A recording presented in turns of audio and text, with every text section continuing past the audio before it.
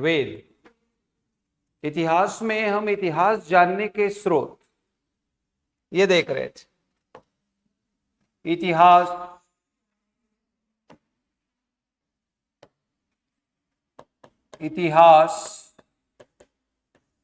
जानने के स्रोत, सोर्सेस ऑफ हिस्ट्री। इसमें दो भाग में बटा था। पहला साहित्यिक स्रोत, पहला लिटरेरी सोर्सेस, और दूसरा पुरातात्विक स्रोत, पुरातात्विक आर्कियोलॉजिकल, पुरातात्विक स्रोत। साहित्यिक स्रोत और पुरातात्विक स्रोत। साहित्य का मतलब पूरा साहित्य से मतलब लिटरेचर, ये तीन भाग में बटा था। याद कीजिए, पहला धार्मिक ग्रंथ साहित्य, लिटरेचर, रिलीजियस लिटरेचर, धार्मिक ग्रंथ साहित्य।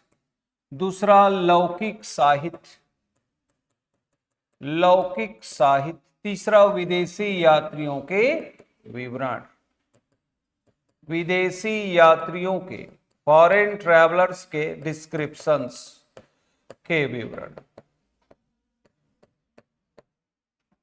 धार्मिक ग्रंथ साहित्य, लौकिक साहित्य और विदेशी यात्रियों के विवरण से भी हमको इतिहास की भली भांति जानकारी प्राप्त होती है। इतिहास क्या है? वर्तमान की, अतीत की घटनाओं का वर्तमान के संदर्भ में समसामयिक विश्लेषण करना ही इतिहास कहलाता है। जो घटनाएं घट चुकी, तत्कालीन भारत के सामाजिक, आर्थिक, राजनीतिक जीवन का वर्तमान के संदर्भ में तुलनात्मक या समसामयिक अध्ययन करना क्या कहलाता है? इतिहास। मिस्र का अगर अध्ययन करोगे तो मम्मी कैसे थे, किस प्रकार से मम्मी में बदलते थे, वहां की सभ्यता कैसी थी, संस्कृति कैसी थी और आज कैसी है, तुलनात्मक अध्ययन कर सकते हैं। वहां के लोग अपने स्वजनों से बहुत प्रेम करते थे, उसको एक विशेष कोटिंग लेप के द्वारा मम्मी बनाकर रखते थे। हम लोग क्या है, उसको दाह संस्कार में या तो जला देते हैं या दफना देते हैं। तो मिस्र की सभ्यता, इजिप्टियन सिविलाइजेशन को पढ़ोगे तो अलग कहानी मिलेगी। सिंधु घाटी सभ्यता को तो अलग पढ़ो, अलग कहानी मिलेगी। तो इतिहास क्या है? प्राचीन घटनाओं का वर्तमान के संदर्भ में समसामयिक विश्लेषण करना। उस समय विदेशी यात्रियों के विवरण, हाँ ठीक है, ठीक, विदेशी यात्रियों के विवरण, विदेशी यात्रियों के विवरण। आप वीडियो को और सुन लेना बल्कि, है, क्योंकि बार बार सुनने से समझ में आ जाएगा, डबल में तो आ ही जाएगा। साहित्यिक स्रोत को तीन भाग में बांटा हमने, धार्मिक ग्रंथ साहित्य, लौकिक साहित्य और विदेशी यात्रियों के। इसके बाद धार्मिक ग्रंथ साहित्य पुनः तीन भाग में बटेगा, जहां से हम शुरू कर रहे थे। पहला वैदिक साहित्य, वैदिक लिटरेचर, वैदिक साहित्य। दूसरा जैन साहित्य, जैन लिटरेचर।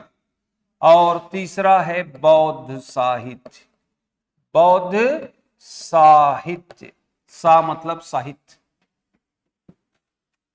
धार्मिक ग्रंथ साहित्य तीन भाग में बटा है, वैदिक साहित्य, जैन साहित्य और बौद्ध साहित्य। तो वैदिक साहित्य का संबंध निश्चित रूप से वेदों से है।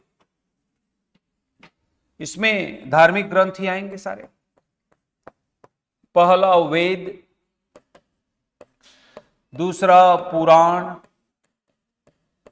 तीसरा उपनिषद।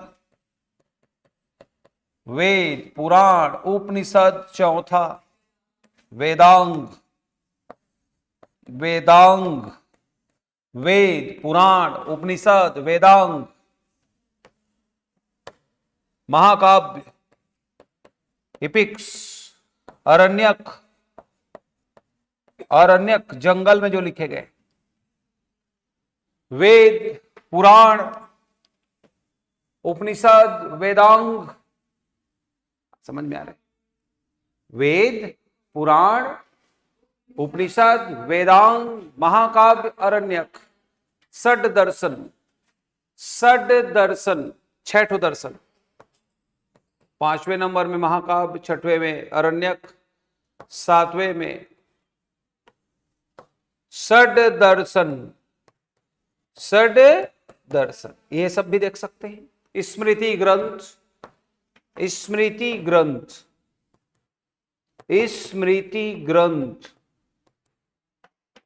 ये हमारे वैदिक लिटरेचर है। वेद, पुराण, उपनिषद, अरण्यक, वेदांग, महाकाव्य, रामायण, महाभारत देखेंगे। स्मृति ग्रंथ जो मेमोरी बेस्ड है, 6ठो दर्शन है। अच्छा, इनकी संख्या भी देख लीजिए। वेदों की कुल संख्या 4 है, 4 वेद। पुराण कुल 18 हैं, 18।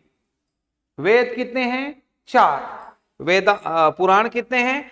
18। उपनिषद हैं 108, 108।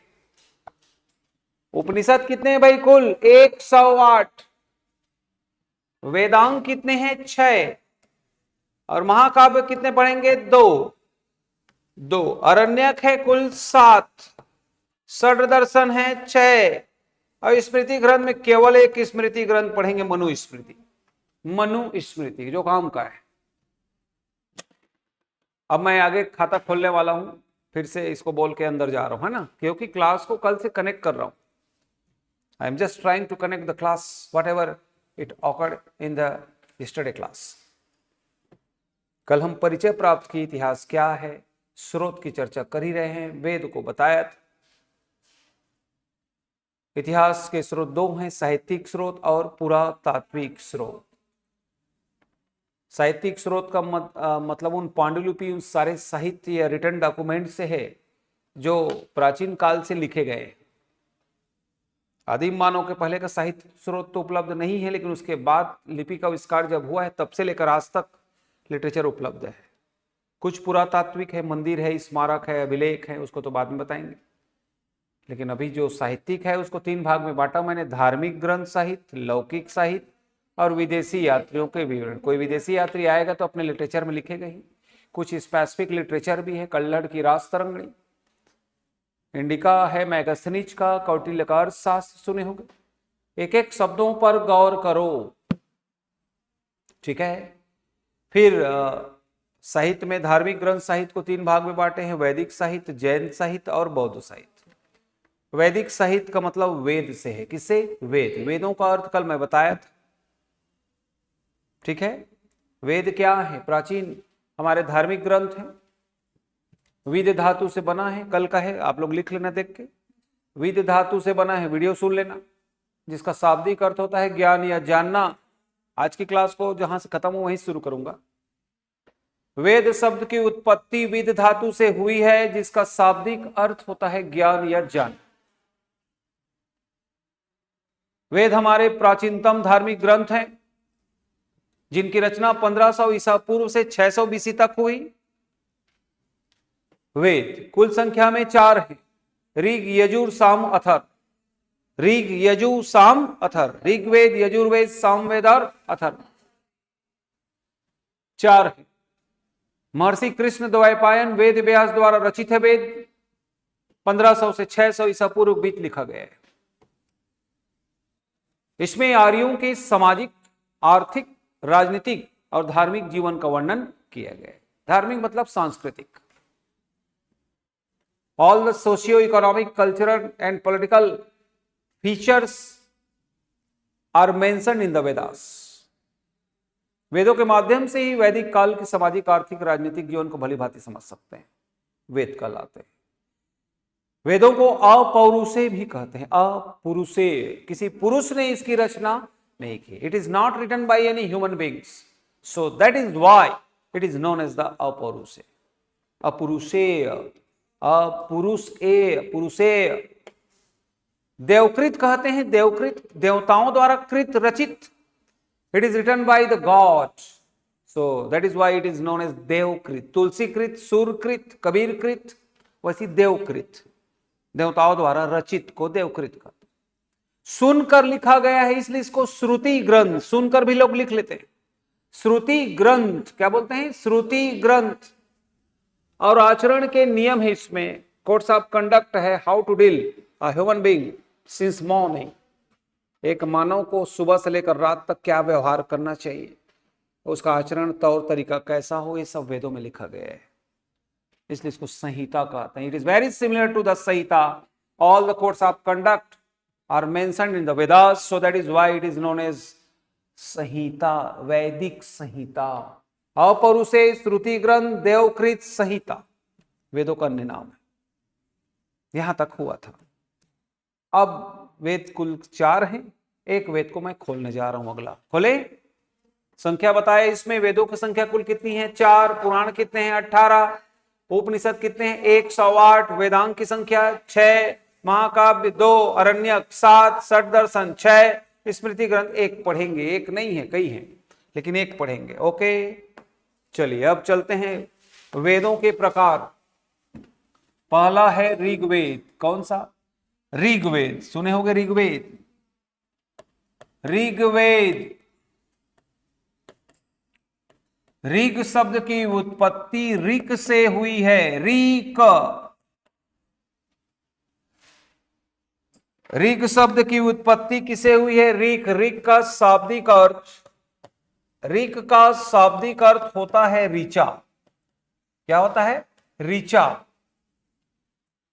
ऋक मतलब ऋचा। ऋचा किसे कहते हैं? मंत्रों के समूह को, ग्रुप ऑफ मंत्रा, मंत्रों के समूह को ऋचा कहते हैं। ऋग शब्द बना है ग, व्यंजन संधि का 1-3 का नियम लगता है इसमें। क ख ग हो गया, देखो, अरे ऋग से ऋग हो गया ना। व्यंजन संधि का 1-3 और 1-5 का नियम रहता है। क अगर ग में बदल जाए तो ऋग का ऋग हो गया, क ख ग। तो ऋग शब्द से ही ऋग बना है, जिसका शाब्दिक अर्थ होता है ऋचा। ऋचा, ठीक है, मंत्रों के समूह को ऋचा कहते हैं। एक ऋचा में 3 मंत्र होते हैं। कितने मंत्र? 3। एक ऋचा में 3 मंत्र होते हैं। There are 3 mantras in each richa. मंत्रों के समूह को ही ऋचा कहते हैं। अगर आप मंत्र पढ़ रहे हो तो ऋचा ही है। ओम अपवित्र पवित्रो वा सर्वस्थाम गतो अपि वा यह स्मृत पुंडरीकाक्षम सह वहंत्राम शुचि, ये मंत्र है, पवित्रता मंत्र। देवताओं की स्तुति पहले का पवित्रता मंत्र। इसी प्रकार से 3 मंत्र मैं बोलूंगा तो एक ऋचा हो जाएगा। मंत्रों के समूह को ऋचा कहते हैं। एक ऋचा में 3 मंत्र होते हैं। Sound clear? Pronunciation clear? I hope I am trying to clear all the things. ऋग शब्द की उत्पत्ति ऋक से हुई है। ऋक का अर्थ लिखा है ऋचा, और मंत्रों के समूह को ही ऋचा कहते हैं। और एक ऋचा में कितने मंत्र होते हैं? 3 मंत्र। 3 मंत्र बराबर एक ऋचा। ऋग्वेद, ऋग्वेद की खास बात यह है कि यह ऋग्वेद प्राचीनतम वेद है। पहला लाइन, सबसे पुराना वेद, प्राचीनतम वेद, ओल्डेस्ट वेदास इट इज। दूसरा, ऋग्वेद प्राचीनतम वेद है। इसकी रचना 1500 बीसी से 1000 ईसा पूर्व के बीच की गई है। 1500 ईसा पूर्व से 1000 के बीच लिखा गया है। It is written between 1500 BC to 1000 BC. सारे वेदों का उपवेद, सब वेदा, सभी वेदों का ब्राह्मण ग्रंथ,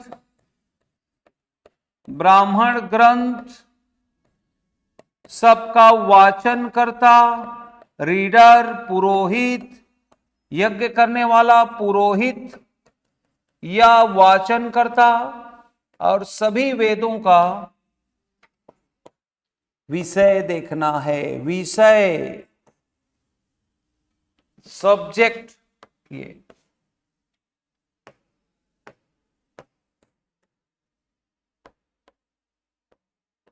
प्राचीनतम वेद है। 1500 ईसा पूर्व से 1000 ईसा पूर्व के बीच लिखा गया है। अब इसका उपवेद ऋग्वेद का भर रहे हैं इसमें। उपवेद, ऋग्वेद का उपवेद है आयुर्वेद। आयुर्वेद है। इसका ब्राह्मण ग्रंथ ऐतरेय और कौशितकी है, दो ठो। कौशितकी इसका ब्राह्मण ग्रंथ है, ऐतरेय और कौशितकी। कौशितकी षटकोण का सा, ऐतरेय कौशितकी। ऋग्वेद के पढ़ने वाले को, वाचनकर्ता को होता या होत्री कहते हैं। होता या होत्री कहते हैं।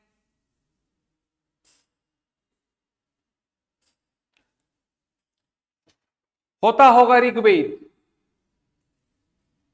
जो पंडित जो है मंत्रों का उच्चारण करता है उसे होता कहते हैं। जैसे मैं पंडित, मान लो पंडित तो हुई। ओम अपवित्र बोलते हैं, ओम नमो भगवते वासुदेवाय नमः। ओम समझ, आशुतोष शशांक शेखर चंद्रमौली चिदंबरा कोटि कोटि प्रणाम शंभु कोटि नमन दिगंबरा। क्या है? मंत्र। ओम या देवी सर्वभूतेषु शक्ति रूपेण संस्थिता नमस्तस्यै नमस्तस्यै नमस्तस्यै नमो नमः। मंत्र। एग्जाम्पल देकर समझा रहा हूं, इससे समझ में नहीं आया तो मैं कुछ नहीं कर पाऊंगा। ओके, प्रैक्टिकल करके बताने वाले टीचर कम मिलेंगे तुमको, मिलेंगे जरूर। Okay, be positive, all is well. इसके वाचन करता, मंत्रों का उच्चारण करने वाले पुरोहित जो यज्ञ करवाता है उसको होता, और संस्कृत में उसी को होत्री कहते हैं। होत्री से बना है होता। तो हम याद रखेंगे होता होगा ऋग्वेद। होत्री, अरे होता होगा ना ऋग्वेद, ये तो होता होगा। विषय, ऋग्वेद में विषय क्या है देखो, इसमें देवताओं की स्तुति, देवताओं की, ऋग्वेद में गॉड की, देवताओं की पूजा पाठ की स्तुति, पूजा पाठ की पद्धति को दिखाया गया है। पूजा पाठ, द वेज ऑफ वर्शिप, पूजा पाठ की पद्धति को दर्शाया गया है, दिखाया गया है। ऋग्वेद में क्या लिखे? How to start the life since morning. सुबह की शुरुआत कैसी हो? सुबह उठते साथ अपने हाथों को देखकर ओम कराग्रे वस्ते लक्ष्मी, कर मध्य सरस्वती, कर मूले स्थिते ब्रह्मा, प्रभाते कर दर्शनम। समझ में? ओम समुद्र वसने देवी पर्वत स्तन मंडिते। समझ में? अरे लक्ष्मी पत्नी नमस्तुभ्यम पादिस्पर्श समस्सु में। सुने हो? अब नहीं सुने रही है तो क्या करी? सुने हन, बढ़िया है नोनी। ओके, मंत्र सुबह उठते साथ ही हाथों का दर्शन करना चाहिए। लक्ष्मी सरस्वती सबका दर्शन वहीं से हो जाएगा। ऐसे हाथ को यहां से कर लो। पृथ्वी पर पैर रखने के पहले वो वाला मंत्र बोल लो, क्षमा करना हे पृथ्वी माता कर। लेकिन कहां बोलते हैं? उठते साथ भड़ाक ले जहां, हाँ मम्मी का हो गई। ये कब आएगा? मेच्योरिटी आपका 25 साल 30 साल 35 साल के बाद आएगा। या माता पिता सिखा रहे हैं तो बचपन से आएगा। ठीक, तुम करती हो? मुंह कान दिख रहा है, वो तो मुंह कान देख के ये करती थोड़ा सा। एक 8 मंत्र कभी कभी माँ बाप बोल देते हैं, कभी कभी तो मुंह करती हूं कहते। अति सुंदर। तुम नहीं करोगी तो संसार कैसे चलेगा? एक स्त्री को सारे मंत्र आना चाहिए। अभी स्त्री नहीं हो, लड़की हो। पूरा समाज जो है भारतीय नारी से चल रहा है। अभी से करो, नहीं तो तुमको फॉलो नहीं करेंगे लोग। कोई भी बच्चा तुमको फॉलो नहीं करेगा। हमारे दाई दादा इसने हमन काप करबो, हाँ तो फिर वो गुंडागर्दी में आएगा। फिर मंत्र से पवित्रता आती है घर में। ओम अपवित्र पवित्र, लो ना मंत्रों का प्रभाव देखो यहीं पर गूंजेगा पूरा। क्लियर? समझने वाले समझ रहे, क्या मंत्र बोलना है रे फालतू रे, ऐसा मत बोल देना था। ओके, मेरा काम है तुमको समझाना, बाकी करना वही जो तुम्हारा दिमाग का। देवताओं की स्तुति पूजा पाठ की पद्धति का वर्णन है ऋग्वेद में, उपवेद आयुर्वेद है, ब्राह्मण ग्रंथ ऐत्रेय और कौशिकी है। वाचनकर्ता पुरोहित को होता या होत्री कहते हैं, विषय बता दिया। रचना काल टाइम पीरियड भी बता दिया कि 1500 से 1000 बीसी के बीच लिखा गया है। इसकी शाखाएं हैं ऋग्वेद की 2 ब्रांचेस, ऋग्वेद की 2 शाखा, कितने? 2, साकल, साकल और वाष्कल, साकल और वाष्कल, साकल और वाष्कल। ऋग्वेद की 2 शाखाएं हैं, साकल और वाष्कल। षटकोण का आधा सा, वाष्कल, यह भी पूछ सकता है। ऋग्वेद दोनों मिलेगा गद्य पद्य में, गद्य पद्य दोनों में है। जहां पर पद्य लिखा है मंत्र, उसका व्याख्या भी मिलेगा। Prose and poetry, it is written both in prose and poetry. ठीक है, साकल और वाष्कल इसकी 2 शाखाएं हैं ऋग्वेद की। अब आगे बढ़ रहा हूं, है ऋग्वेद में। अब देखो 10 मंडल हैं, सेक्शन। कितने मंडल हैं? 10, 10 28, 1028 सूक्तियां हैं, 1028 सूक्तियां हैं, अच्छी उक्तियां। साधन उक्ति बराबर सूक्ति, संधि विच्छेद, साधन उक्ति बराबर सूक्ति। अच्छे कथन, अच्छे वाक्य लिखा रहता है स्कूलों में। साधन, कौन से क्लास में बैठना है? आ जाओ। साधन उक्ति बराबर सूक्ति। हम देख रहे हैं ऋग्वेद, वेदों में पहला वेद ऋग्वेद। ठीक है, ऋग्वेद में 10 मंडल हैं। कितने मंडल? 10। 1028 को मैं 1028 बोल रहा हूं याद कराने के लिए। और 10 580 श्लोक है। 10 580 क्या है? श्लोक। श्लोक, श्लोक तो समझते हैं। उद्यमेन ही सिद्धन्ते कार्याणि न मनोरथई, न ही सुप्तस्य सिंहस्य प्रविशन्ति मुखे मृगा। अर्थात उद्यम से ही कार्य सिद्ध होते हैं। समझ में आ रही है? सारे मनोरथ उद्यम से ही सिद्ध होते हैं, परिश्रम से। तो ही वे सिंह के मुंह में जिस प्रकार कोई शिकार अपने मन से नहीं जाता, उसी प्रकार एक भोजन का निवाला लेने के लिए भी मेहनत करना पड़ता है। ये श्लोक है। ओम अपवित्र पवित्रो, ये मंत्र है। अब मंत्रों के समूह को हम ऋचा कहते हैं। क्या कहते हैं? ऋचा। देख लो भाई, एक बार और आए हो तो यहां से एक बार, बाकी लोग रिपीट। ऋग्वेद देख रहे हैं पहला, तुम खींच लो, उसके बाद उतार लेना।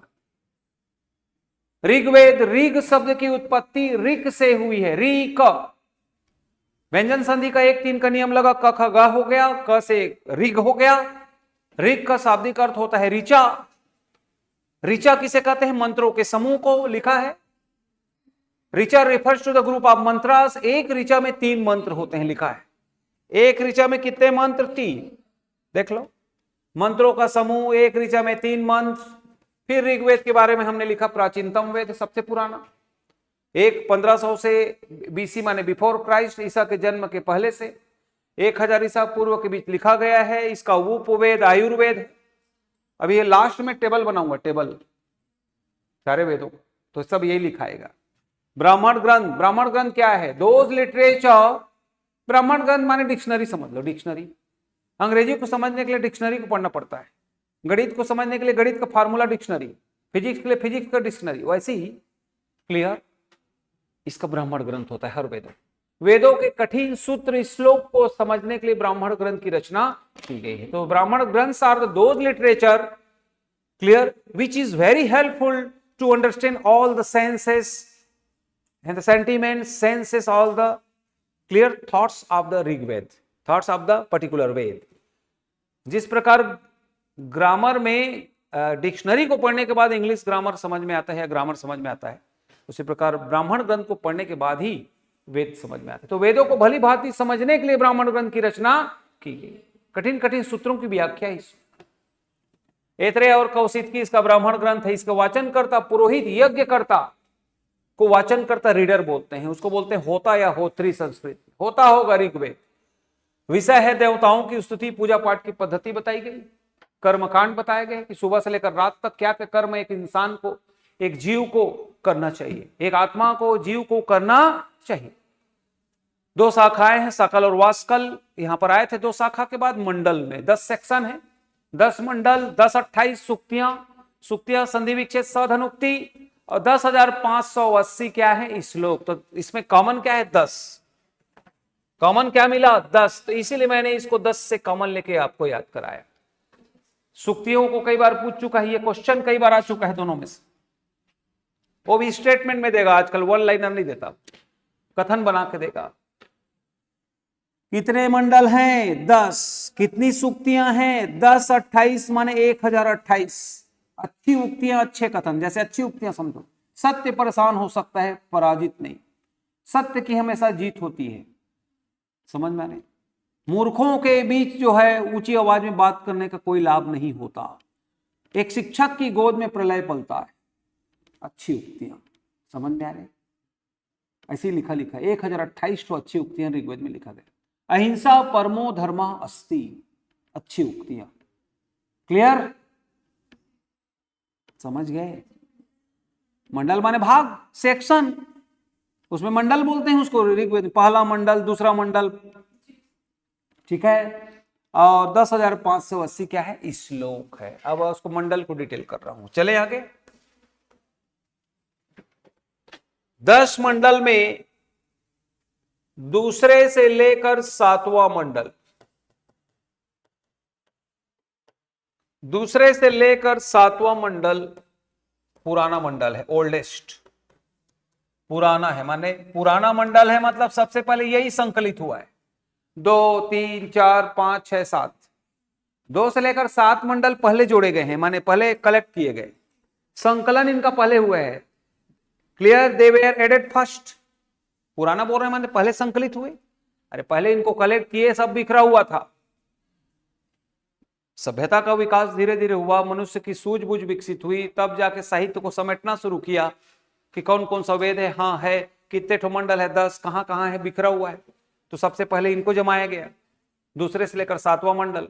उसके बाद 110 नया, 110 नया, बाकी बच गया है 1 से लेकर 10, मतलब 1 और 8, 9, 10। समझ रहे हो इसका मतलब? अरे 2 से लेकर 7 ये हो गया, और 1 बच गया जो 1 से 10, 10वां मंडल ये नया मंडल है। मंडल नवीनतम मंडल, लेटेस्ट, बाद में जोड़े गए हैं। मतलब सोच के देखो, क्रम है 1 लेकिन बाद में संकलित हुए। यह भी पूछता है कथन में, इसका मतलब समझ गए? प्राचीनतम माने पहले संकलित हुए हैं, इनका संकलन पहले हुआ है। सुक्ति और श्लोक में अंतर है। अरे सुक्ति तो एक स्टेटमेंट है और श्लोक तो संस्कृत में होगा और सुक्ति तो हिंदी में होगा। एक दूसरा सुक्ति मान लो संस्कृत में भी है, लेकिन इस श्लोक में तो राग विराग, आरोह अवरोह, लय गति तुक होगा। सुक्ति में जो है यहां पर लय गति का कोई अर्थ नहीं होता। मतलब एक अगर गद्य है तो एक पद्य है, एक में राग विराग है तो एक में कोई राग विराग नहीं है। सत्य परेशान हो सकता है, पराजित नहीं। सत्यम परेशानम ऐसे कहां बोल रहे हैं? सुक्ति माने अच्छी उक्ति, और श्लोक मतलब उसमें जो आरोह अवरोह तुक गति लय होगा। श्लोक समझ में आ रहे? ओम अस्तो मा सदगमय तम सोमा ज्योतिर्गमय मृत्योर्मा मृतम गया, ऐसा पढ़ते हैं ना, ये श्लोक है। क्या है? ओम यया जना विदंती जानंती वासा विद्या विद्या सर्वेशम धनमस्ति विदेशे गमनु विद्या परम धनमस्ति। एक तुक है, तुक एक राइमिंग वर्ड्स की तरह जो है यहां पर क्या है, साम्यता है ध्वनि की। आई होप कौन क्वेश्चन किया है? रवीना माहेश्वरी। ओके रवीना, श्लोक अगर सुक्ति गद्य में ले रहे हैं तो श्लोक को पद्य में ले रहे हैं। सुक्ति हिंदी संस्कृत दोनों में हो सकता है, श्लोक हमेशा संस्कृत में होता है। दूसरा अंतर, सुक्ति में लय गति तुकबंदी जरूरी नहीं है, लेकिन श्लोक में होगा। लय गति तुकबंदी आरोह अवरोह होगा, डिसेंडिंग असेंडिंग होगा, माने टोन और टोन बाउंड्री होगा इसमें, श्लोक में होगा। और श्लोक को और ज्यादा अगर आरोह अवरोह के साथ संगीत डाल दिया जाए तो मंत्र बन जाता है, जो कि सिद्ध होता है। मंत्र क्या होगा? हमेशा सिद्ध। और मंत्रों को अगर 3 मंत्रों का समूह बना दिया जाए तो ऋचा बन जाता है। क्या बन जाता है? मतलब एक ऋचा में कितने मंत्र होंगे? 3। थोड़ा बहुत क्लियर हुआ होगा? अरे सब तो देख सुन रहे हो यार, मैं कोई नया चीज थोड़ी बता रहा हूं। आप जो आपके बीच में जो गार्बेज भरा है दिमाग में, उसको हटा रहा हूं धीरे धीरे। It's not possible to teach anyone else. किसी को सिखाना, कोई सिखाने का काम टीचर नहीं करता। तुम्हारे दिमाग में जो अनवांटेड चीज है उसको हटा के ही दिखा रहा हूं कि ऐसा ऐसा है। उदाहरण, इस पूरे दीवार में अगर कोई कहे क्या है, क्या दिख रहा है तुमको? दीवार। मान लो मुझे तो सरस्वती मां की प्रतिमा दिख रही है, तो क्या तुम सहमत हो? तुम सहमत हो? मुझे दिख रही है। तुम अभी एक कलाकार को बुलाऊंगा, पेंटिंग करके बाकी कलर को चेंज कर देगा, तो है तो उसी में, अचानक से चिपका के थोड़ी चलक दे। इस प्रकार सफलता आपके अंदर है, डीसीडीएसपी कलेक्टर तुम्हारे अंदर है, बस जो छुपा हुआ ज्ञान है उसको निकालना रहता है। समझ में आया? आपके अंदर डीसीडीएसपी अचानक कोई थोड़ी बन जाता है। ठीक है, हमारे विकारों को, हमारे मनोवृत्तियों को पॉजिटिव लाना रहता है, कॉन्फिडेंस लेवल को जगाना रहता है, तो आपके अंदर का जो आत्मा जिसको बोलते हैं ना, वो जाग जाता है और बन जाता है, अब मेहनत करने लगता है। चलिए कम ऑन। तो दूसरे से लेकर 7वां मंडल सबसे पुराना है, ओल्डेस्ट मंडल दे वेर एडेड अर्लियर। और पहले से लेकर 10वां जो बच गया, ये दूसरे से 7वां मतलब देख लो क्या है, इसको लिख लो भाई, तुम लोग कंफ्यूज मत होना। 2 3 4 5 6 और 7 ये है, नहीं तो 27 पुराना, 27 पुराना नोट और 110 नए नोट, ऐसा करके याद रख। और ये नवीनतम मंडल में क्या क्या जोड़े गए हैं? 1 2 तो इसमें है, फिर 8, फिर 9 और फिर 10, ये लेटेस्ट है। बाद में चारों मंडल जोड़े गए। मंडल जोड़े गए माने संकलन हुआ है, कलेक्शन हुआ है, एडिटिंग हुआ है, कुछ और चेंजेस हुए हैं इसमें। तो कितने मंडल हैं? 10। कितनी सुक्तियां हैं? 10 28। श्लोक कितने हैं? 10 580। 10 को ही बेस बना रहा, नहीं तो भूल जाओ। 10,580 बोलोगे तो नहीं याद आएगा। 10 मंडल, 10 28 सुक्ति, 10 580 श्लोक। श्लोक, श्लोक नाम भी रखते हैं आजकल बच्चे का, श्लोक। और मैं तो मानता हूं कि थोड़ा बहुत पाप को कम करना है तो शिवा, कृष्णा, राम ये रख लिया करो। आदमी गुस्से में, ए राम, राम बोल रहे हो, इधर आ शिवा, शिवा बोल रहे हो, तो भगवान प्रसन्न हो जाते हैं। भोलेनाथ की इतनी कृपा है कि गुस्से में भी कर शिवा शिवा बोल रहे हो, बोल तो रहे हो। एम आई राइट? उसके भाव को देखते हैं पल पल में, इसलिए आने वाली पीढ़ी का नाम ऐसा रख सकते हो ना, एक सजेशन है, इंस्ट्रक्शन और ऑर्डर नहीं। ओके, अगर अपने कृत्य को अपकृत्य में नहीं बदलना है तो, और कृत कृत होना है तो, क्या क्या बोलते हैं, काय कृत्य, काय अपकृत्य, काय कृत कृत, हिंदी पढ़ोगे आप लोग, मैं तुमको मोटिवेट कर रहा हूं। ओके चलिए भाई, हम ऋग्वेद देख रहे हैं, दूसरे से लेकर 7वां मंडल। ये सबसे पहले, ये पुराना मंडल है, सबसे पहले जोड़े गए, सबसे बाद में लेटेस्ट बोल रहे हैं ना, नवीनतम मतलब बाद में एडिटिंग हुआ है, तो ये पूछा जा सकता है। अब देखो इसमें से और अंदर जा रहे हैं, जो विषय पूछता है इसका। पहला मंडल, कौन सा मंडल? पहला मंडल में अग्नि देव का वर्णन है। अग्नि, अग्नि देव का, अग्नि का वर्णन, पृथ्वी का देवता, पृथ्वी के देवता अग्नि का वर्णन। अग्नि कहां चलाया जाता है बताओ? पृथ्वी पर। तो पृथ्वी के देवता किसका वर्णन है? अग्नि का। पहले तो इतनी सिद्धि प्राप्त कर लेते थे लोग कि अग्नि जला देते थे। आज भी कुछ अघोरी लोग महाकाल के मंदिर के आसपास जला लेते हैं, सिद्धि प्राप्त होता है ऐसे करके। लेकिन सिद्धि उसके लिए तपस्या करना पड़ेगा कठोर, तब भगवान कनेक्ट होंगे, नहीं तो संभव नहीं। अग्निदेव का वर्णन एक। तीसरा मंडल, ये पहला मंडल हो गया। फिर तीसरा मंडल, तीसरा मंडल गायत्री मंत्र का वर्णन है, सुने हो? गायत्री मंत्र 1 2 3 गायत्री मंत्र तीसरे मंडल से लिया गया। It has been taken from third mandal. ओम भूर्भुवः स्वः तत्सवितुर्वरेण्यं भर्गो देवस्य धीमहि धियो यो नः प्रचोदयात्। गायत्री मंत्र कैसे याद रखोगे? 1 2 3 3 अक्षर, तीसरा मंडल। इसमें सविता का वर्णन, सविता उगते समय सूर्य का लाल होना सविता कहलाता है। जब सूर्य अस्ताचल या पूर्वांचल पर होता है तो उगते समय जब लाल सूर्य होता है उसको सविता बोलते हैं, उसी का रूप है सूर्य का। अलग अलग रूपों में अलग अलग नाम से जाना जाता है सूर्यदेव। तीसरे मंडल में गायत्री मंत्र का वर्णन है। गायत्री मंत्र सूर्यदेव को समर्पित है। सविता 3। चौथा मंडल, फोर्थ मंडल, कृषि का वर्णन है इसमें। किसका? कृषि का वर्णन है। 4 बार कृषि। कितने बार कृषि? 4 बार। क्यों बता रहे हैं भाई? आजकल कथन में एनालिटिकल क्वेश्चन दे रहे हैं, मैच द फॉलोइंग दे सकता है। ठीक है, 25 साल हो गए मुझे पढ़ाते, जितनी आपकी आयु नहीं है कुछ लोगों की। तो इस अनुभव का लाभ चाहे तो हम उठा सकते हैं। ठीक है, आई होप आपके लाइफ को पंख लगाने में, आपके करियर को पंख लगाने में अगर मैं कुछ माध्यम बन सकता हूं ऊपर वाले की कृपा से, तो ये मेरा भाग्य है। ऐसा ही भाव रखना है ना। मैं नहीं बोल रहा, मैं कौन हूं? देनहार कोई और है जो भेजत जो दिन रैन, लोग भरम हम पर करे ताते नीचे नहीं। ये भाव हमेशा याद रखना कि देने वाला कोई और, हम माध्यम है।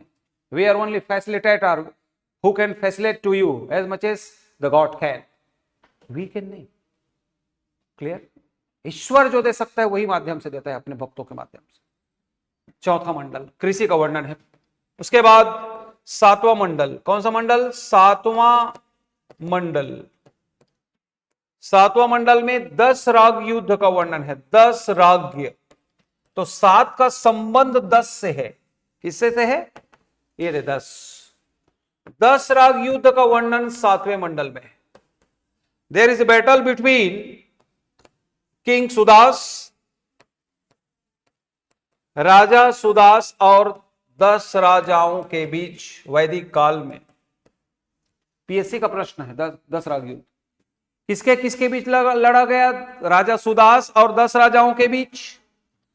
राजा सुदास का नेतृत्व किया महर्षि वशिष्ठ। वशिष्ठ जो भगवान श्री राम के गुरु विश्वामित्र के साथ, और इनका नेतृत्व किया विश्वामित्र ने। लीड किया, सुदास की जीत हुई और 10 राजाओं की हार। तो इसके बाद एक भरत जन का उदय हुआ था। कौन सा जन? भरत जन से ही भारत पड़ा।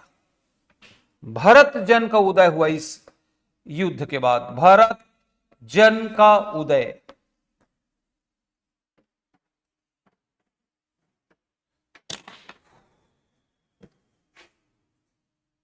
दस राग बैटल, इसको परुष्णी रावी का बैटल कहते हैं।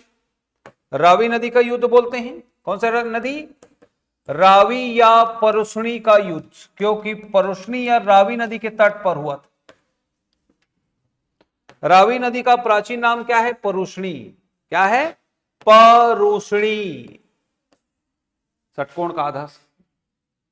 द बैटल ऑफ 10 राग was took place near the river Ravi Parushni. King Sudas defeated the 10 rulers. 10 राजाओं को राजा सुदास ने पराजित किया। 2 महर्षि का नाम आता है। महर्षि में याद रखिएगा वशिष्ठ और विश्वामित्र। वशिष्ठ की जीत हुई, विश्वामित्र की हार हुई। सुदास की जीत हुई, 10 राजाओं की हार हुई। और एक नया जन्म आगे चलकर जनपद और महाजनपद। सुने हो? अरे हमारे पास भी तो जनपद, पंचायत, तखतपुर, बिल्हा सुने हो, कोटा, मस्तूरी। जनपद शब्द तो यहीं से है। भरत जन का उदय हुआ, वही भरत जन आगे चलकर जो है भारत पड़ा। क्या पड़ा? भारत। भारत देश की कहानी कई है, देखेंगे। ये 7वां मंडल में 10 राग युद्ध का वर्णन है। क्लियर? पहले बार में गणेश के सामने अग्नि जलाओ, एक बार में अग्नि, बोलो एक बार में अग्नि, 3 बार में गायत्री मंत्र, 4 बार क्या करना है? कृषि, एग्रीकल्चर, 7 में 10 बार युद्ध करना है, 10 राग युद्ध, परोशनी रावी का युद्ध, राजा सुदास और 10 राजाओं के बीच हुआ। 7वां मंडल। लास्ट 2 मंडल इंपॉर्टेंट। 9वां मंडल, पूरा 10 मंडल नहीं देखना है ना। 9th मंडल, 9th, वनस्पति देवता, वनस्पति के देवता, देवता सोम का वर्णन है। सोम को वनस्पतियों के देवता कहते हैं। इसको ऋतस्य गोपा भी कहते हैं। ऋतस्य गोपा, ऋतु के देवता, वो सोम को। ऋतुओं, किसके देवता? ऋतुओं के देवता सोम को, या मौसम या वनस्पतियों के देवता कहते हैं। ऋतुओं के देवता। 9वां मंडल। 10वां मंडल, कौन सा मंडल? 10वां मंडल, मोस्ट इंपॉर्टेंट। 10th मंडल। 10वां मंडल के पुरुष सूक्त। पुरुष सूक्त में एक प्रकार है इसका, 10वां मंडल का Purusha Sukta. Most important question. 10वां मंडल के पुरुष सूक्त में शूद्र वर्ण या जाति का उल्लेख है। शूद्र वर्ण या आगे चलकर क्या बन गए ये जाति, जिसको एसटी एससी बोल रहे हैं, का उल्लेख। Most important. 10वां मंडल कई बार पूछा गया। किस सूक्ति में है? पुरुष सूक्त। 10वें मंडल के पुरुष सूक्त में शूद्र वर्ण या जाति का उल्लेख। फिर 9वें मंडल में वनस्पति देवता सोम। 9 बार सोमवार का उपवास, भले सावन सोमवार में 16 रहते हो, 9 बार सोमवार कर लो। सोम 9। वनस्पति देवता या ऋतुओं के देवता, ऋतस्य गोपा कहते हैं इसको। ऋतुओं के देवता, प्रकृति के देवता कौन है? सोम। 9वां मंडल। 7वें मंडल में 10 राग युद्ध की बात की गई। 7 का संबंध 10 से है। परोशनी रावी का युद्ध, राजा सुदास ने 10 राजाओं को हराया। भरत जन का उदय, वशिष्ठ और विश्वामित्र के बीच। 4थे मंडल में कृषि, 4 बार कृषि। तीसरे में 1, 2, 3 गायत्री मंत्र का उल्लेख, सविता देवता बताया। और पहला मंडल में अग्नि का वर्णन है, पृथ्वी के देवता। तो 1, 3, 4, 7, 9, 10, 6 मंडल बताया जो पूछा जाता है। आजकल स्टेटमेंट में दे रहा है और मैच द फॉलोइंग, तो सबसे सरल प्रश्न हो जाएगा। अगर इसमें से 2 आ गया तो भी एलिमिनेट कर सकते हो, 3 आया तब तो बात ही नहीं है। ठीक है। और सिंगल लाइन में कई बार गायत्री मंत्र और पुरुष सूक्त शूद्र वर्ण को पूछा गया। और 10 राग युद्ध तो अपने आप में बहुत इंपॉर्टेंट क्वेश्चन। ये खत्म हुआ ऋग्वेद। क्या? ऋग्वेद। जितना ऋग्वेद को 1 पेज में पढ़े, बाकी सारे तीनों वेद जो है 1.5 पेज में आ जाएगा। एक टीचर ही आपको बताता है कि किसको पढ़ना है, कितना पढ़ना है, ख्याल रखना। नहीं तो फिर क्या है, तुम्हारे घर में कोई बोलेगा डिप्टी कलेक्टर बनना है, पुस्तक लेकर पढ़ना शुरू कर, नहीं बनोगे। So that is why there is a importance of the guru. Teacher पढ़ाता है तुमको, गुरु यह बताता है कि क्या नहीं पढ़ना है। समझ में है? मैं ये भी बता दी हूं कि क्या नहीं पढ़ना है। ऋग्वेद को ज्यादा पढ़ना है, साम यजुर अथर्व को कम पढ़ना है। तब तुम हिस्ट्री, सही हिस्ट्री की ओर जाओगे, क्योंकि भरा पड़ा है ज्ञान। ये धरती पूरा ज्ञान से भरा पड़ा है। ऐसा ब्रह्मांड का कोई ज्ञान नहीं है जिसको जानने के बाद अन्य ज्ञान की जरूरत ना पड़े। यही प्रश्न यम के सामने नचिकेत ने पूछा था कठोपनिषद में। किसमें? आप ही बताओ ना, ऐसा कौन सा ज्ञान है जिसको जानने के बाद कुछ ज्ञान की जरूरत नहीं पड़े? तो हम नहीं जानते, ब्रह्म ज्ञान है बस। कौन सा ज्ञान? जिसको देने वाले ईश्वर यहां अवतार नहीं लेंगे जब तक तुम सच्चे भक्त नहीं बनोगे, दर्शन नहीं होने वाला। उसके लिए गलाना पड़ेगा, तपाना पड़ेगा, बुद्ध बनना पड़ेगा, बोधिसत्व की अवधारणा लानी पड़ेगी आपको। ठीक है? महामानव बनना पड़ेगा। और महामानव बनना कलयुग में उतना आसान नहीं। जिसको वरदान प्राप्त होगा पिछले जन्म का, रामायण महाभारत टाइप, उसी को आत्मा को दर्शन होगा।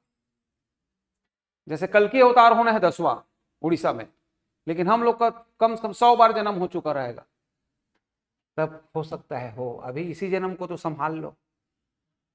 नहीं तो लोग जो है कसम खाते रहते हैं कि 7 जन्म तक साथ निभाऊंगा। एक ही जन्म के भरोसा नहीं है।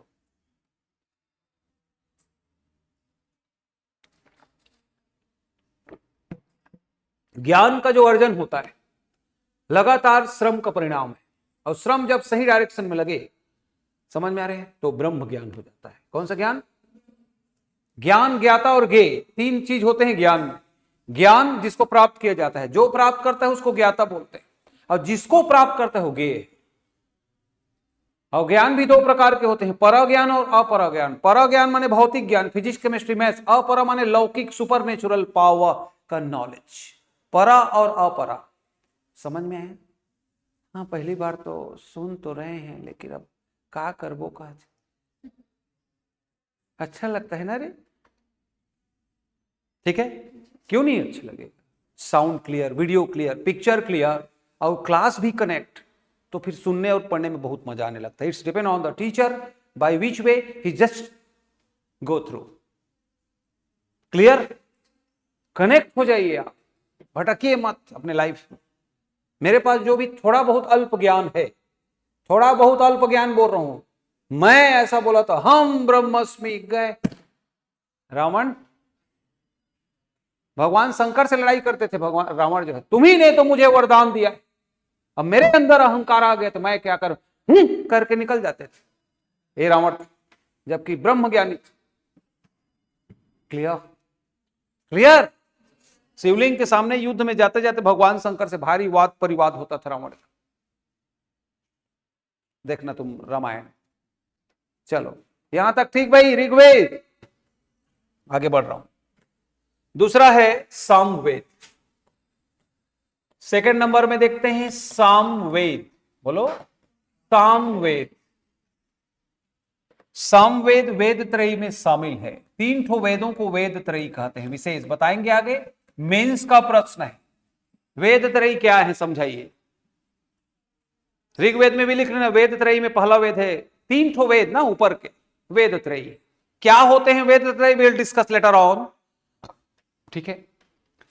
सामवेद वेद त्रयी में शामिल है ऋग्वेद की तरह। एक लाइन जोड़ लो, ऋग्वेद में वेद त्रयी में शामिल। साम का शाब्दिक अर्थ होता है गान। गान, साम का मतलब होता है गान, गाना, सॉन्ग।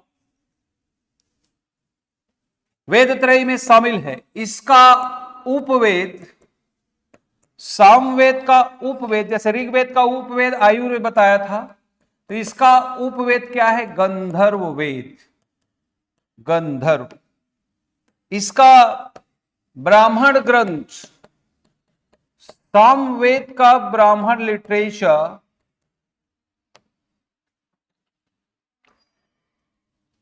पंचविश, पांच ठो विश, पंचविश है ब्राह्मण ग्रंथ। इसका वाचन करता पुरोहित, रीडर, वाचन करता पुरोहित। उद्गाता, कौन है? उद्गाता, गाता होगा कोई। सामवेद में उसका उपवेद है गंधर्व वेद। शाम को गंध आ रहा है, गंधर्व, शाम को गंधर्व विवाह हुआ, जोड़ लो, कनेक्ट कर लो शब्द को। शाम को गंधर्व विवाह गंध, ब्राह्मण गंध पंचविश, शाम को 5 ठो विश, शाम को 5 ठो विश, हे भगवान मेरा प्री निकल जाए, फिर मेंस, फिर इंटरव्यू, फिर डिप्टी कलेक्टर, फिर एसडीएम, 5 ठो विश मांग ली। शाम को पंचविश, याद हो जाएगा। शाम को पूजा करते हैं, वाचन करता पुरोहित, यज्ञ करने वालों को क्या बोलते हैं? उद्गाता। शाम को गाता होगा कोई, उद्गाता। और इसका विषय, सामवेद का सब्जेक्ट है, विषय है श्लोक। इसमें क्या मिलेगा? श्लोक, श्लोक, मंत्र, ऋचाएं। यही ऋचा है, ऋचाएं।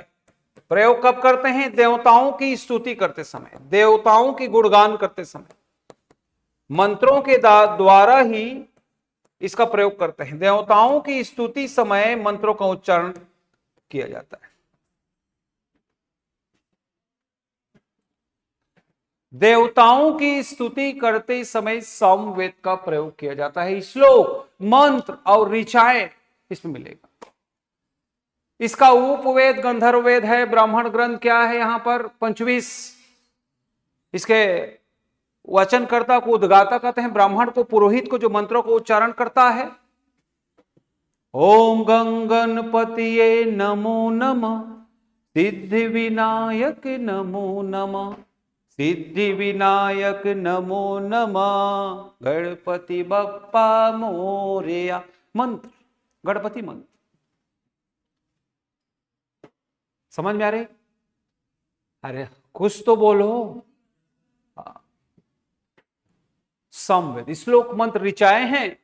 इसमें कुल 1875 मंत्र हैं। कितने? 1875 मंत्र, जिसमें से 1549 शुद्ध मंत्र हैं, शुद्ध किए गए हैं, एक बार ही प्रयोग हुआ है, मतलब प्योरली सामवेद में है 1549। 1875 मंत्र में से 1549 मंत्र शुद्ध हैं, और बाकी जो डिफरेंस आ रहा है, शेष कहां से लिए गए हैं? ऋग्वेद से। शेष जो मंत्र है वो कहां से लिए गए? ऋग्वेद से लिए गए, ऋग्वेद से लिए गए हैं। सामवेद को भारतीय संगीत का जनक कहते हैं। सामवेद को it is known as the father of Indian music. भारतीय संगीत का जनक कहते हैं। It is known as the father of the Indian music. Samaveda. Time period है इसका रचना काल, वेद त्रय में तो शामिल ही है। रचना काल 1000 बीसी से 600, कितना? 600 बीसी के बीच। 1000 बीसी से 600 बीसी के बीच ही लिखा गया है। बाकी तीनों वेद उसमें से सामवेद। खत्म। इतना ही याद रखना है। अभी एग्जाम पॉइंट ऑफ व्यू से कुछ एक्स्ट्रा होगा, हम ऐड कराएंगे। सामवेद, साम का शाब्दिक अर्थ होता है गान, वेद त्रय में शामिल है। अगर मेंस में इसको 30 शब्द या 60 में पूछा, आराम से लिख सकते हैं। It is one of the prominent Vedas of the among all 4 Vedas. It is known as the father of Indian music. It originates from the root word gan. Samaveda, उपवेद, गंधर्व। साम को गंध आ रहा है, गंधर्व विवाह। साम को गाता होगा कोई उद्गाता, पुरोहित, वाचन करता। साम को 5 ठो विष, इसका क्या है? ये ब्राह्मण ग्रंथ पंचविश। साम को गाता हो, गाने के संबंध गाता से। विषय श्लोक मंत्र ऋचाएं हैं। कुल 1875 मंत्र, 1549 मंत्र प्योरली सामवेद से लिए गए हैं, और शेष जो बच रहा है 1875 में से, बाकी बच गए वो ऋग्वेद से। तो मूल स्रोत तो ऋग्वेद ही है। उसके बाद सामवेद में कुछ मंत्रों का वहां पर क्या किया गया है? फ्रेम उसको किया गया, मंत्र रचा गया है। ठीक है। 1000 बीसी से 600 बीसी के बीच लिखा गया है। भारतीय संगीत, समझ में आ रही है, का जनक कहते हैं। पद्य में, किसमें है ये? पद्य। भाई जो गा रहे हैं वो पद्य है, श्लोक मंत्र ऋचाएं। Thank you. It's all about today guys. Thank you. आज के लिए इतना ही। कल यजुर्वेद, अथर्ववेद। बार बार वीडियो सुनिए, नोट्स बनाइए, रिकॉल रिमाइंड कीजिए। धीरे धीरे अच्छा लगने लगेगा। हिस्ट्री में अभी विषय प्रवेश हो रहा है आपका। हम देख रहे हैं इतिहास जानने के स्रोत। आई होप आज का क्लास आपको समझ में आया होगा। फिर भी नहीं समझ में आ रहे, आप मैसेज कर सकते हैं, कॉल कर सकते हैं, और अपने डाउट को दूर करते हैं। तब तक के लिए धन्यवाद। फिर मिलते हैं इसी समय। Thank you.